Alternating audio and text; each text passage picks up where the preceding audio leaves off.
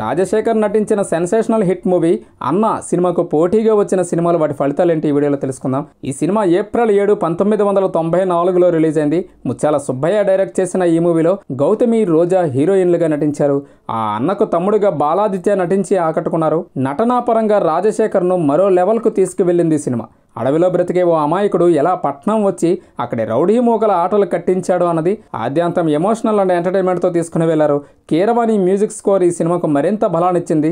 Rajasekhar getup and look దగ్గర నుండి body language వరకు చాలా శ్రద్ధ తీసుకుని వేరే సినిమాలతో బిజీగా ఉన్నప్పటికీ ఈ మూవీకి నటనాపరంగా ప్రాణం పెట్టేశారు.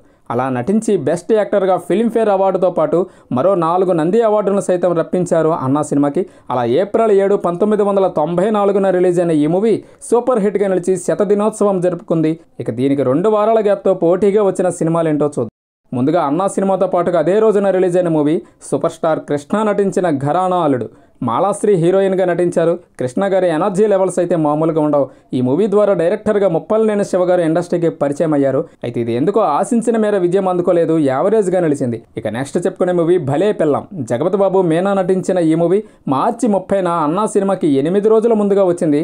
ఫ్యామిలీ డ్రామాగా తెరకెక్కిన ఈ మూవీలో భార్యాభర్తల మధ్య వచ్చే కలతలు, కలహాలతో తెరకెక్కిన ఈ మూవీ బాక్సాఫీస్ వద్ద పరాజయాన్ని చూసింది. దీనికి డైరెక్టర్ క్రాంతి కుమార్. ఇక మరో మూవీ పెళ్లి కొడుకు.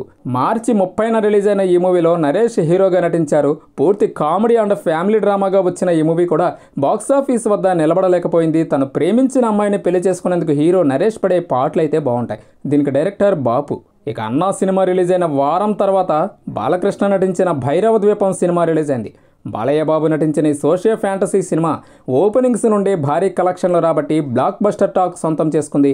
అయితే అప్పటికే అన్నా సినిమాకు మంచి టాక్ అయితే వచ్చేయడంతో ఈ సినిమా ప్రభావం అన్నపై అంతగా పడలేదని చెప్పొచ్చు.